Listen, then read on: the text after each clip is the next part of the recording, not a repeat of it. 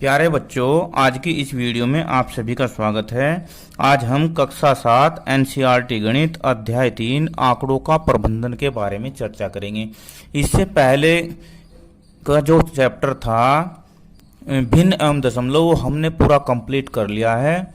उसकी वीडियो अगर आपने नहीं देखी तो प्लीज़ उन्हें जाके जरूर देखना।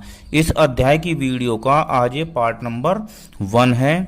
देखिए अब प्रश्नावली 3.1 प्रश्न दिया है, अपनी कक्षा के किन्हीं 10 विद्यार्थियों की ऊंचाइयों का परिसर ज्ञात कीजिए। देखिए इस प्रश्न को हल करने से पहले हम, जैसा कि हमारे पाठ का नाम है, अध्याय का नाम है आंकड़ों का प्रबंधन, इसके बारे में थोड़ी सी चर्चा करते हैं। सबसे पहले हम ये जानते हैं कि आंकड़े होते क्या हैं। देखो, आंकड़ों का मतलब होता है सूचनाएं।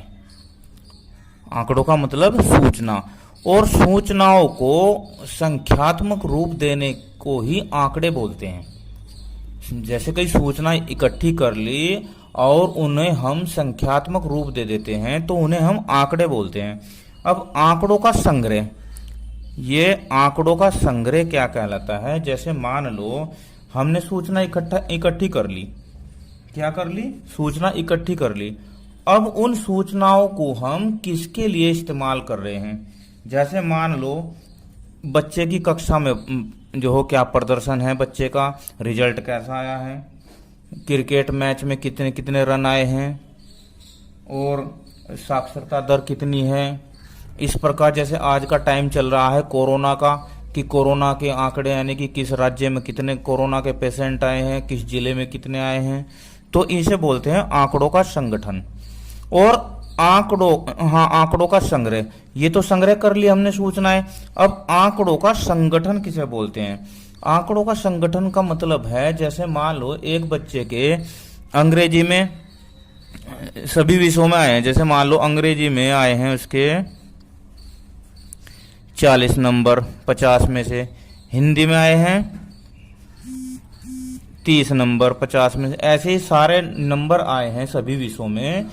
तो आंकड़ों का संगठन का मतलब है उन्हें एक रिजल्ट, जैसे हम आपको रिजल्ट देते हैं तो रिजल्ट में किस विषय में कितने कितने नंबर आए हैं, इसे बोलते हैं आंकड़ों का संगठन। इसके बाद है औसत। औसत को अंग्रेजी में एवरेज भी बोलते हैं।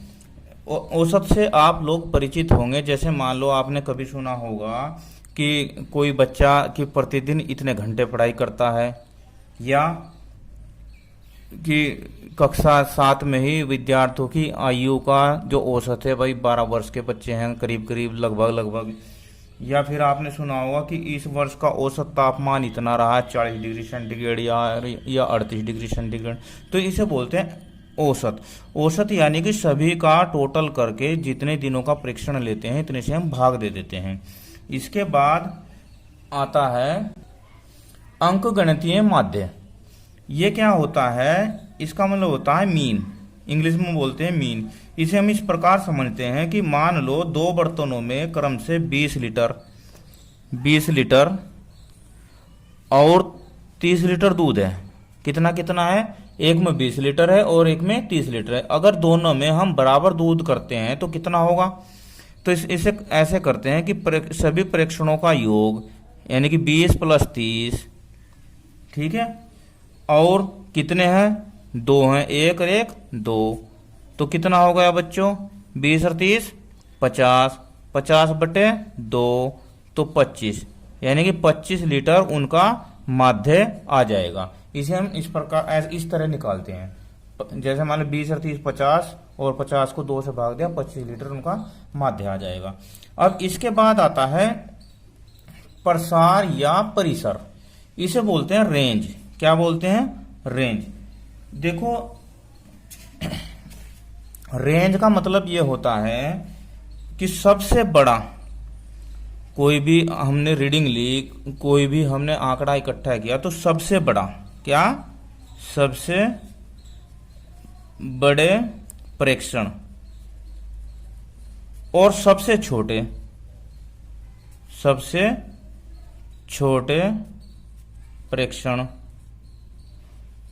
प्रेक्षणों का अंतर कह सकते हैं। इसे क्या कह सकते हैं? अंतर, यानी कि सबसे बड़ी रीडिंग किसी भी तरह की कोई आई और सबसे छोटी, तो उनके बीच में क्या अंतर है, वो उसके बीच की कितनी रेंज है, इसे परिसर बोलते हैं। अब देखो ये सबसे बड़ी संख्या से, यानी कि सबसे बड़ी संख्या जो होगी, बड़ी संख्या से छोटी संख्या, यानी कि छोटे आंकड़े को घटाकर प्राप्त किया जाता है ये जो हो परिसर ऐसे निकालते हैं परिसर को। देखिए अब परिसर से संबंधित ही प्रश्न को हल करते हैं। अब देखो इस प्रश्न में, अब हम मान लेते हैं कि माना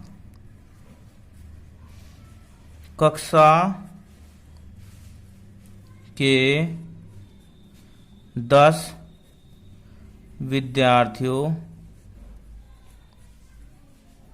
विद्यार्थियों की ऊंचाइयां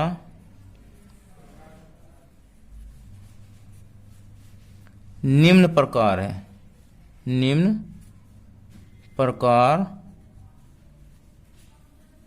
है। क्या मान लिया हमने, ऊंचाई मान लेते हैं, ठीक है। अब देखो मान लो एक बच्चे की कितनी है,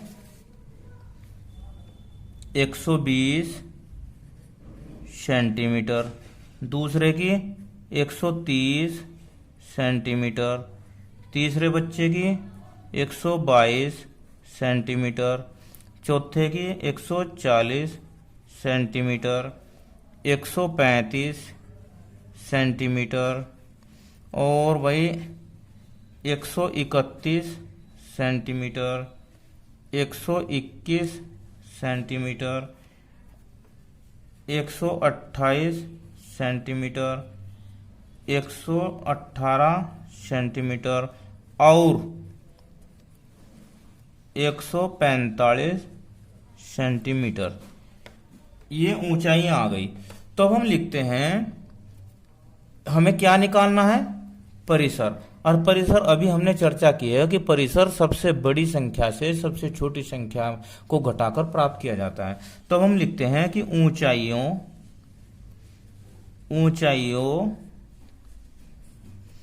को आरोही क्रम में, कैसे, आरोही क्रम में लिखने पर, सबसे आसान तरीका है इन्हें आरोही क्रम में लिख लो। अब देखो लिखते हैं, सबसे छोटी क्या है भाई, 118 सेंटीमीटर, 18 के बाद है 120 सेंटीमीटर, 120 के बाद है 121 सेंटीमीटर, 121 के बाद 122 सेंटीमीटर, 122 के बाद आ गया 128 सेंटीमीटर, 128 के बाद है 130 सेंटीमीटर, इसके बाद 131 सेंटीमीटर, 31 के बाद है 135 सेंटीमीटर, 135 के बाद है 140 सेंटीमीटर और भाई फिर है 145 सेंटीमीटर। अब परिसर क्या होता है, परिसर अभी हमने चर्चा की, परिसर सबसे बड़े परीक्षण में से छोटे को घटा दो, बराबर, तो 145 है ना सबसे बड़ा, माइनस 118, हाँ देखो सबसे छोटा, अब घटाया तो 5, यानी कि 15 में से 8 गए 7, यहाँ पे जो 3 में से 1 गया 2 सेंटीमीटर, ये इसका आंसर हो गया।